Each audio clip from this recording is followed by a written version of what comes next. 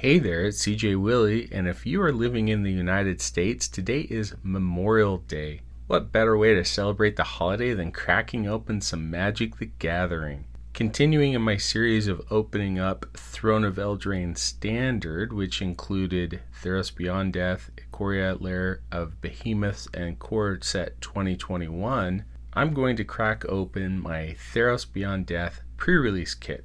In a previous video, I cracked open the Throne of Eldraine pre-release kit. I've included the link to that video in the description below. Alright, I'm going to go ahead, clean this up, move these off camera, and get into cracking this Theros Beyond Death pre-release kit. This was Magic's first return to Theros. I did enjoy the original Theros block, and I was interested to see how the return would take place, especially with Elspeth returning from the dead. Alright, look at the outer box. It's got Elspeth returning from the underworld. Not much aside from that than the color palette that they chose for the set. So go ahead and get into opening this pre-release kit. Unfortunately, I was not able to attend the original pre-release event that took place a few years ago. But after cracking the packs out of this pre-release kit, I'll put together a deck and do a deck tech on the deck that I would have played if I had attended the pre-release event. Okay, I want to be really careful and not spoil the pre-release card. So I'll set that off to the side there. And I'll kind of open it like this. And then take out the packs. I'll slide this back in, set this kind of off to the side. If you saw what rolled out, I got a blue die with some speckle white. The die that come in the bundles are significantly larger. In the pre-release kits, you still get these smaller die. Get a lucky 7. I got 20. I wonder what that will bring for me. Maybe I'll get a bunch of great pulls. There are quite a few cards in the set that are over $15. A lot of great pulls. Okay, so I'll flip my packs up like this. I'm going to keep this hidden so I don't spoil anything. And then in each of the pre-release kits, there was a pre-release guide about how to put together a sealed deck for limited, and then life is short but death is shorter. Elspeth battling some underworld monstrosity. Set that to the side. I believe these have arena codes, so I'll be giving away the code a little bit later on in the video. Alright, enough talking. I'm going to get into cracking the 6 booster packs that come in the pre-release kit. If you participated in the pre-release event for Theros Beyond Death, let me know how it went. Did you have a lot of success? Did you pull some really cool cards?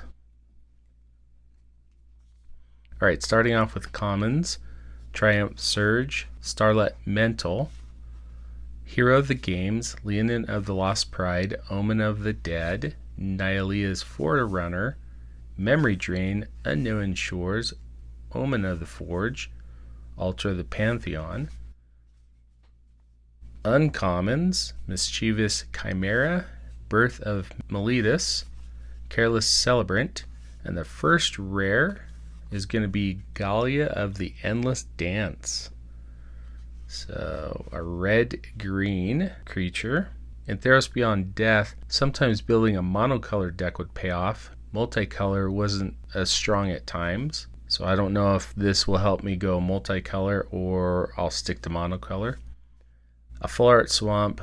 The lands were really beautiful, and some of them do hold value. And then a human soldier token. Alright, rare goes here. Land, token, in that order. Into the next pack. Looks like I have a duplicate already. Hero of the Games, Indomitable Will, Stern Dismissal, Nylea's Forerunner, already seeing doubles, Aspect of Lamprey, Thaumaturge's Familiar, Venomous Hierophant, Bronze Sword, Satyr's Cunning, Hero of the Pride. Now on to the uncommons.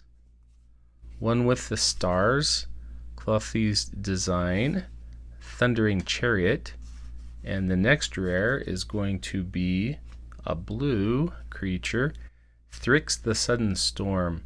During the Throne of Eldraine standard environment, I did run a blue-black flash deck, and I had one copy of Thrix the Sudden Storm, and it came in handy because I had a couple of bigger creatures that had a cost over 5, and so Thrix was able to reduce their cost by 1. I think my favorite basic land in the set is the Island, and then a wall token.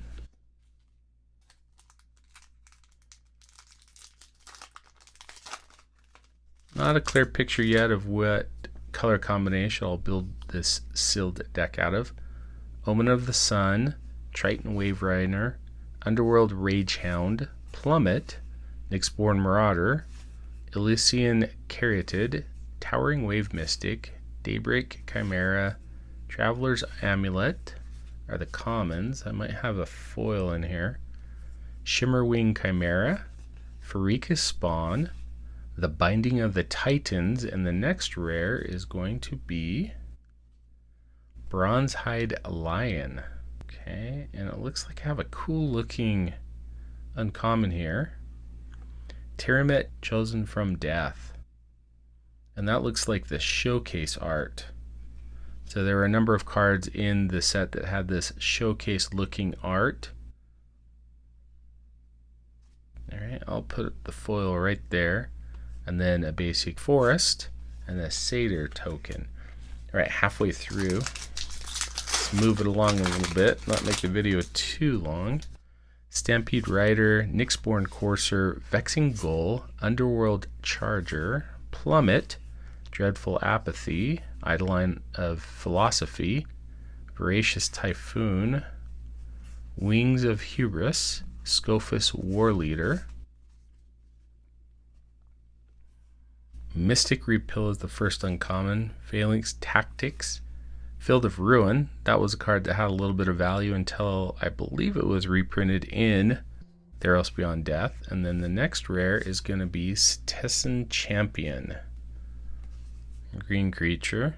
I believe I have a playset of this card. I had put together a Constellation enchantment sort of deck during this standard environment. A full art basic mountain and a human soldier token. So all over the place. Not quite sure which direction I'm going to lean. Nothing of major value yet. I haven't hit any of the big value cards.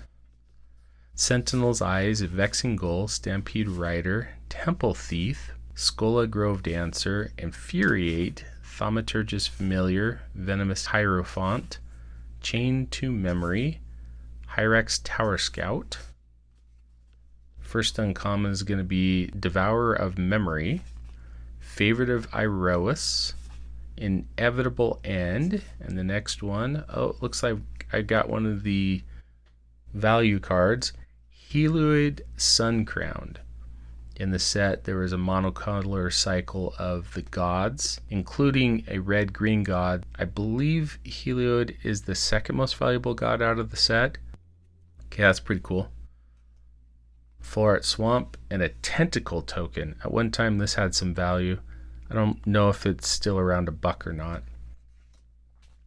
All right, final pack, and then I'll take a look at the promo card.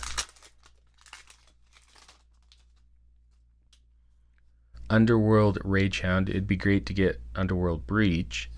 Leonin of the Lost Pride, Naiad of Hidden Coves, Gift of Strength, Underworld Charger, Omen of the Forge, Bronze Sword, Revoke Existence, Arena Trickster. First uncommon is going to be one of those showcase cards. Caliph, Beloved of the Sea, Cling to Dust, Glimpse of Freedom, and the final rare in the packs is going to be Kunoros, Hand of Aetherios. Multicolored Legendary Hound, Vigilance, Menace, Lifelink, 3/3. Creature cards in graveyards can't enter the battlefield. Players can't cast spells from the graveyard. So, graveyard hate card. And then Sentinel's Eyes, a common foil. I think I'll put that underneath the Tyramit Chosen from Death. A full art Forest, and a stupid ad card that should really be a token because all the tokens have ads on the back. All right, what is going to be my promo card? It's going to be something really cool. Before I show that off, card divider with kind of the Theros Beyond Death colors and the Planeswalker symbol. And there is the arena code. I don't play arena, so first come, first serve. If you do cash in this arena code, please put in the comment section that you did so. That way others will know that the code has been claimed. So I'll set that underneath there. And my promo card. Be something good, be something good. I don't think it's too good. A definite fun card that I have played with and had played against me way back in the day when I did quite a bit of limited drafts. Haktos the Unscarred. A little hard to cast in because there isn't a ton of mana fixing within the set. So it's definitely not a card that will help me out and makes my decision a little bit more difficult on which way I'm going to lean, though I get a feeling that it's going to be some sort of white based deck because I definitely want to play Heliod Sun Crowned.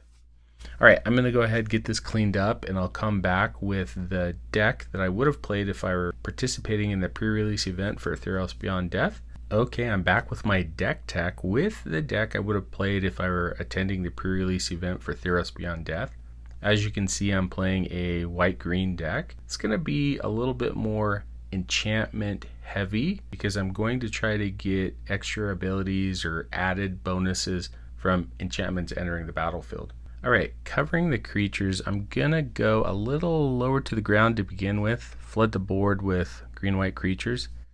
Hero of the Pride, I'm going to have plenty of enchantments and spells that target, and when they do, all my other creatures get +1/+0. I've got a couple of Lean into the Lost Pride. These are just aggressive creatures, 2 mana, 3/1s. When they die, I can exile some card out of my opponent's graveyard, maybe an escape card that's going to be troublesome. Elysian Caryatid is a card that's going to tap for mana, and if I happen to have a creature on the battlefield with power 4 or greater, I'm going to be able to tap for 2 colors instead of 1. Skola Grove Dancer is an enchantment. Normally I wouldn't play it in this deck, but I need as many enchantments as I can get. Has a little bit of a mill theme that I don't know that I'm going to use often.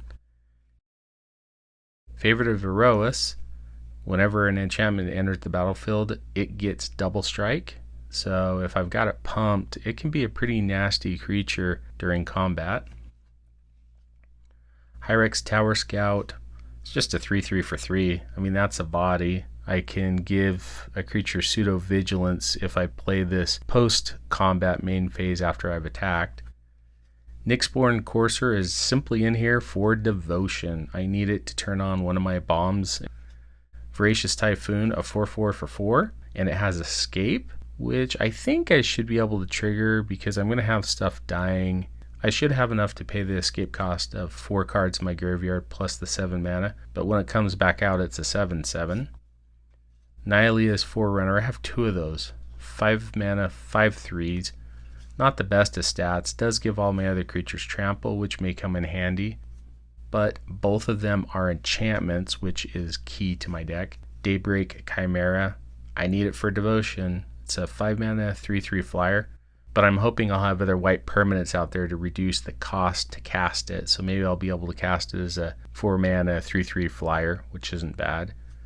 Onto the bombs in my deck. Bronzehide Lion, 2 mana, 3/3. I can pay green and white and give it indestructible, and then when it dies, it will return to the battlefield as an enchantment that has the indestructible clause, which will trigger my enchantment matter theme. Setessan Champion is an all-star. 3 mana, 1/3. You'd think, that's not good, but every time an enchantment enters the battlefield, it's going to get a +1/+1 counter, and I draw a card. If my opponent doesn't take care of this early on, this is what will win me the game because I'm running 11 enchantments, and a handful of my enchantments have a recursive theme, so I think I'm going to do pretty well. And then my big bomb is Heliod Sun Crowned. If I can get Devotion turned on, I got a 5/5 that if I'm gaining life, and I do have some lifelink in the deck, and Heloid does grant lifelink, so this is kind of the key to my victory, is Heloid and Citizen Champion. On to my spells. Couple of fun cards. Mystic Repeal costs only a single green. Any enchantment that's causing me grief, when I cast it, my opponent will have to put that enchantment on the bottom of their library. So if they're running a god, or there are some crazy enchantments in Theros Beyond Death, I can essentially get rid of it for the entire game because bottom of the library is pretty much exile and limited. Phalanx Tactics, I love this card. It's complete blowout. 2 mana. Whatever creature it targets will get +2/+1, and then all my other creatures will get +1/+1. It's a nightmare in combat and trying to figure out combat math for my opponent. Next are a bunch of enchantments. They're cheap ones. They're going to trigger my Enchantment Matters theme. Sentinel Eyes is awesome. A 1-drop that's recursive because of the escape clause. This is what's going to trigger my Citizen Champion over and over and over again. Indomitable Will, it's got 2 things going for it. 1, it's an enchantment, helps me out. 2, it's got flash. Omen of the Sun is creature generator, has flash. When it enters, I create 2 1/1 white human soldier creature tokens. Triggers enchantment theme matter. I can sacrifice it later in the game to scry 2 and dig into the cards that I need to win the game. 2 creature control cards. Dreadful Apathy is basically a pacifism that triggers my Enchantment Matters theme and gets rid of maybe my opponent's bomb. And then Triumphant Surge is something that I can only cast in a kind of a limited environment, which is it only destroys a creature power 4 or greater, but I know it will be handy because creatures are bigger later in the game, and if I can't put the game away quickly, I'm going to need it to take care of my opponent's bomb. Alright, so that is the deck I would have played if I were attending the pre-release event for Theros Beyond Death. Hope you enjoyed the video. If you did enjoy it, please like, subscribe, and share. Tell me in the comment section what you think about the pulls for my pre-release kit and the deck that I put together. And if you're living in the United States, I hope you're enjoying a great Memorial Day. Till next time when I'm back with another Magic the Gathering opening experience.